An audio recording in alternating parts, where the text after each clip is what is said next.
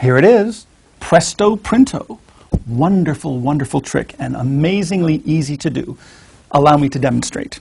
I'll use the deck of cards a little bit later, but right now, in fact, I might as well show you. All here, all different, well mixed. Like I say, we'll get to these in a minute.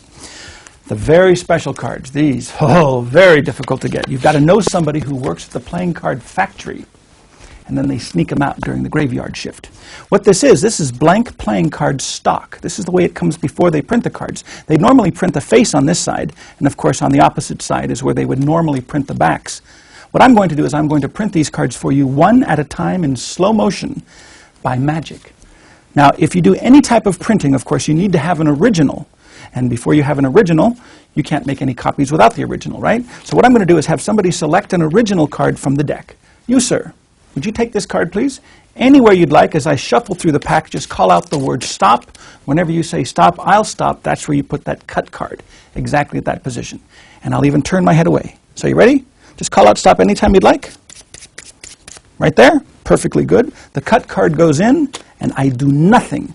That just marks the position of where you said stop. Now these cards, I don't know if I mentioned it, but these have a very, very special secret chemical coating on the front side as well as the back side. And if you know the secret, you can use this special chemical coating to absorb ink from other cards in order to make duplicates or copies. Now you called out stop at this random location. That's where we put the cut card, right here at the 10 of spades. Now remember, of course, you could have said stop anywhere in the entire deck. You had 52 different cards from which to choose.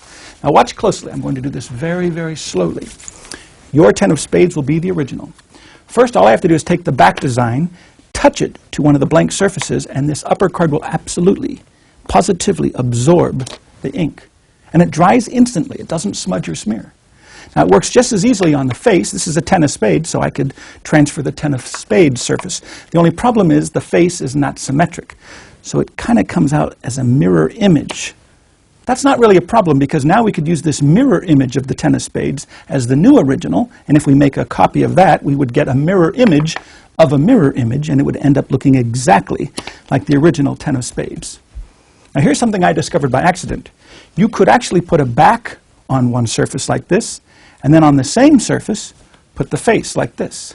If you do this, you'll end up, of course, with two surfaces on one. Now you don't have to print the entire surface either. You could just print a small portion. Say, for example, this much. All you do is you put it on like this, give a little squeeze, and that's all there is to it. Now, here's a little tip. If you do this at home, and I highly recommend that you do, make sure you allow the ink to dry for at least a full second before you touch it. If you transfer the ink and then touch it immediately before it dries, you could run into problems like that. But once the card's dry, it takes about a second or two, then it's dried for life and it'll never smudge or smear again. Now keeping this principle in mind, here's something that's kind of fun. You could actually transfer the ink while it's drying, give it a little spin. That creates a very lovely effect like that.